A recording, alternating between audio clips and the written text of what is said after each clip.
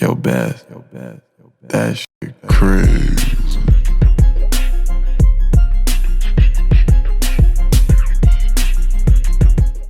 All right, Rich, you brought it up, man. We gotta talk about it, sir. Let's talk about your Oh man. man, you talk about make 'em dance, P.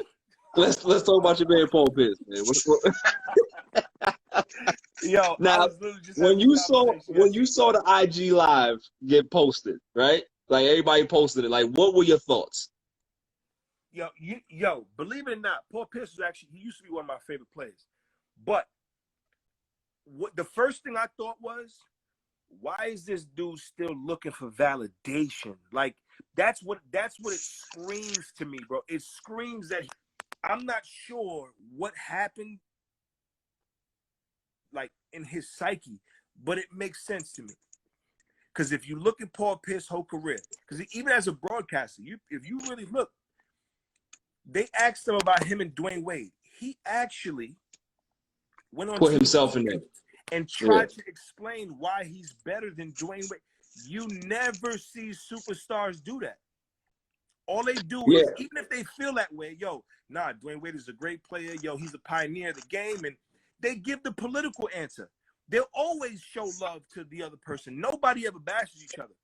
But what I feel is, Not in the fraternity. this is Not like that. Nah. I didn't hear you say. Yo, am I in? Yeah, you going in and out. Yeah, go ahead, bitch. What you think of, until Rich straighten this joint out? I think it was just crazy to me because I just didn't understand what the point of going on live was. And it's not like he's a young dude who grew up with social media, so he gotta he's used to being on live and he gotta live on. Yeah. Like, how many times have you even heard about Paul Pierce being on live? So like that's why it was just so weird to me, like why he would do something like that and not realizing that you in a room with strippers and smoking weed and drinking and you got a job and you thinking that they're not gonna say something about it. And bro, you work for Disney. For real. It's all about image. Bro, I don't know what he's looking for acceptance. I don't know. But Rich, that's what I wanted to say. I wanted to kind of like piggyback off of your point. I think you're 100% right in regards to how he behaves, is that he's looking for validation and looking to be relevant. Oh, yeah. Like that Draymond Green statement that Draymond Green sent on that free throw line is the truest statement that anybody has ever told to Paul Pierce. You're not getting a tour. You're not getting a parade. Yeah. You're not Kobe Bryant. You're not loved like that, bro. And that's the truth. Because 100%. Paul Pierce has always been. Listen, I always call him one of the clutch players of all time. Like he's up there, but nobody cares. You understand what I'm saying? Like he's one of the great players that nobody cares about. Yeah, because outside of Boston, nobody cares. You know what I'm saying? Undervalued player ever. Right. And when he became an analyst, was nobody excited about that? Like everybody was like, he wasn't good either. Like, and because we already knew what was coming, is that he would use it as like a way to put himself in the conversation. Like he even talked about Luka. Oh, Luka kind of reminds me of me. And I'm like, how? Oh, then he tried to cover it up. Like, we're two unathletic guys. We don't dunk as much. But you're still injecting yourself into a conversation. Yeah. Just like how you were saying, Rich, it's like, he can't just give the dude his flowers. He has to make sure that he puts himself above that guy to say, hey, remember me? I'm Paul Pierce. I played 15, 16, 20 years in the league. I'm still here. I won a championship. I'm a finals MVP too. Like, that's how he feels. Yeah. He always has to, like, prove a point. And I think him going live with this nonsense was him trying to gain relevance now in this generation. All right, cool. Well, the old generation, they give me my flowers.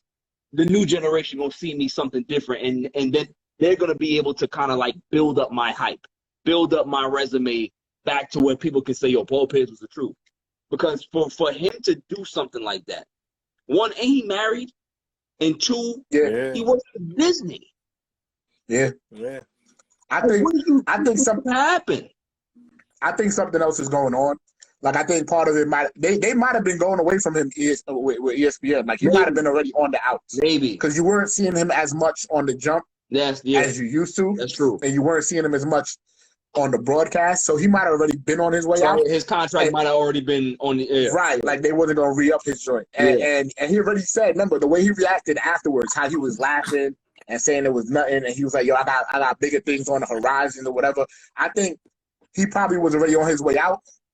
And he was just in his feelings at some point. He was just like, yo, I don't care no more, man. I'm just, you know what I'm saying? I'm out here living life and doing something crazy, you know. And he just posted it up and get some shine. Yeah. Like I said, yo, he might end up with Fox Sports, and this is something that Fox Sports would not care about. Yeah, 100% right. They'll be like, hey, Paul, you want to work now? Yeah, bro.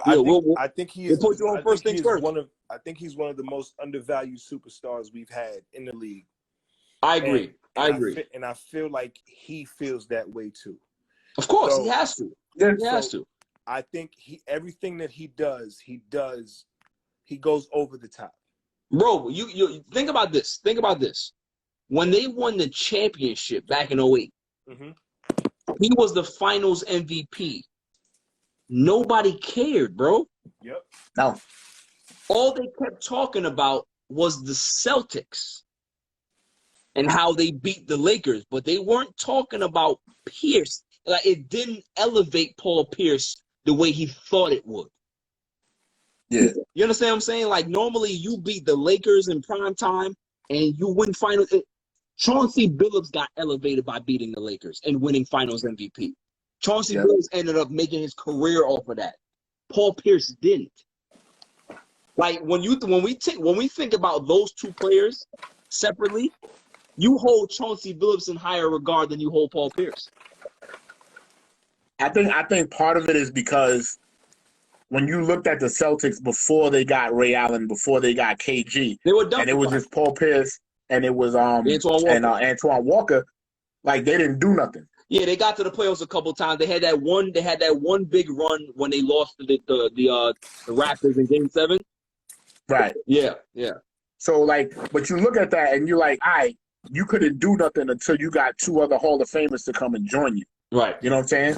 Like with Ray Allen when he was with the Bucks, he was, you know, they were playing well, doing some things. Right. With KG in Minnesota, they was doing some things. You know what I'm saying?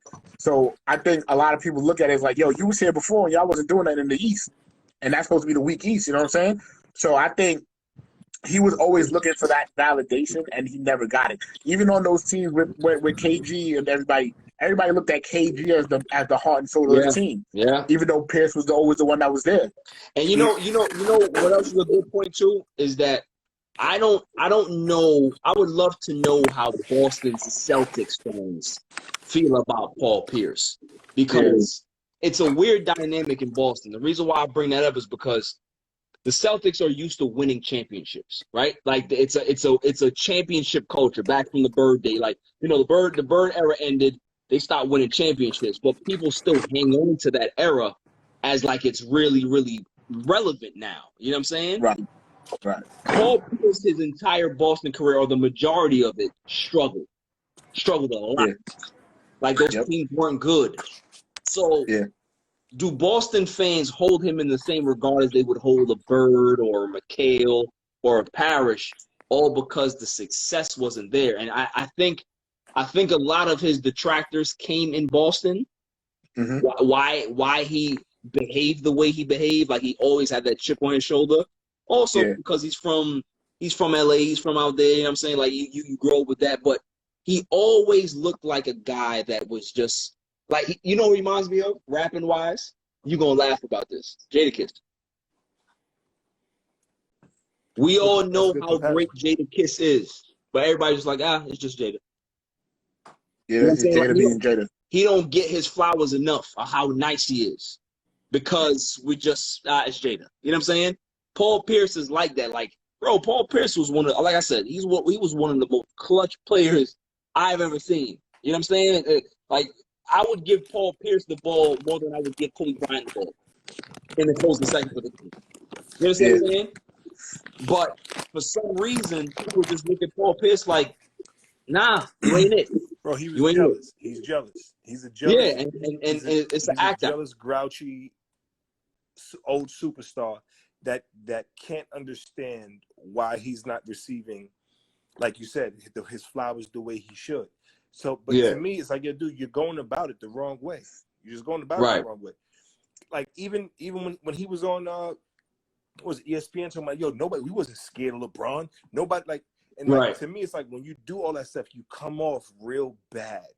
Yeah. So everything that you do after that, it gets criticized to another level just because you've created this grouch that everybody sees. You get what I'm saying? Right. So and you lose credibility. Yeah. Yes. Man, yeah. Instantly. So him doing that, like to me, it's like, yo, dude, you don't respect what you got going on. Like, I don't care dude, you have a job. You represent something. You actually, people like organizations are using you as a model for their organization. That you know there's certain things that you can't do. You know what I'm saying? So, but he did it. I think it was a complete idiotic move. I'm hoping he did it for a reason, so they could probably terminate his contract, which allows him to start up something else that he says that he has lined up. That's what Bishop was kind of saying. So maybe that's it. Yeah, so that's what I think we'll see. But total idiot. You want to talk about? I hope you do a dummy of the week. Month. Word. Dummy of the year. But you touched on something, B. Yeah. And but fellas, like you talked about, is he looked at in the same light as fellas? All right, I'm in. Later. You touched on something that I think is correct too. When you look at all of the legends that Boston has had, and the teams that they've had, it's almost like the Yankees. Yes. Right? So if you're not winning chips, and not just one chip, multiple chips. Right. You know what I'm saying? Like, is it really like they're not gonna hold you to that standard? Nope. You know what I'm saying? When you're an organization that got 17 championships and he was in Boston for how many every years it was, and you only brought one, right? They don't care about you like that. Okay, that's what I'm saying, man. Like, he doesn't. I don't think that, and I think that's where his real insecurity as a basketball player comes from. It has nothing to. It has to do with Boston. Like, he knew that they ain't never gonna love me like Bird. You know what I'm saying? They ain't never gonna love me like Havlicek. They ain't never gonna love me like Paris or Bill Russell. Like, I didn't bring those chips. It's just like LA. Like, LeBron got one. Cool. You ain't gonna be defined as a Laker until you get another one. Exactly. He got a three-peat at least. You gotta at least have two. That's the standard there for the Lakers. Like, you gotta have two. And that's why people look at Powell as a Laker lifer. Like, he'll always have a pass with the Lakers because he got two of them things. If he would have just got one, they'd be like, he got two of them things. So yeah, man, I think I really believe that Paul Pierce, man, like, I hope he has something lined up. Because if he just I think so. If he just did this just to do it, it puts a bad look on ESPN. It puts a bad look on players of his caliber, because you don't want your legends to be looking like that. You know what I'm saying? Like, you really don't, bro. And if he holds himself in a standard of guys like that, you can't do that. Yo, Kev, what up, man? Came up. You know what I'm saying? Like, oh, you gotta update his version. Yo, update your thing, man. Update your Instagram and get back in here. There's no. Yeah, man, I like I said, I think he was already on his way out. Cause like I said, when you ever heard of Paul Pierce being on a live? I was shocked. I didn't even know he had IG. You know what I'm saying? Like, he ain't never been on nobody ever is checking for Paul Pierce on social media like that. Yeah. So when I saw that, I'm like, yo, something don't seem right. And then just the way he was acting, he didn't even look comfortable on the camera. Nah, he was just he out there smoking, he out there drinking, he got strippers on the joint, he getting massages. This nigga, he married. Like, wow. Like, it was just crazy. Like, even if you're the worst dude in the world and you a degenerate or whatever. You ain't putting that on live, bro. That's facts. You're not a kid. You're not 20-something years old, dude. You damn near 50.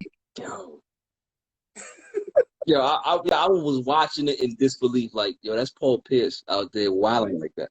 Like, wilding out, son. So I feel like something, either he was already on the outs, or he going through some, you know, or he got something. Like you said, he wanted to get his contract voided so he could be, you know, he pulled the James Harden. Yeah. He wanted to get bought out and then shipped off.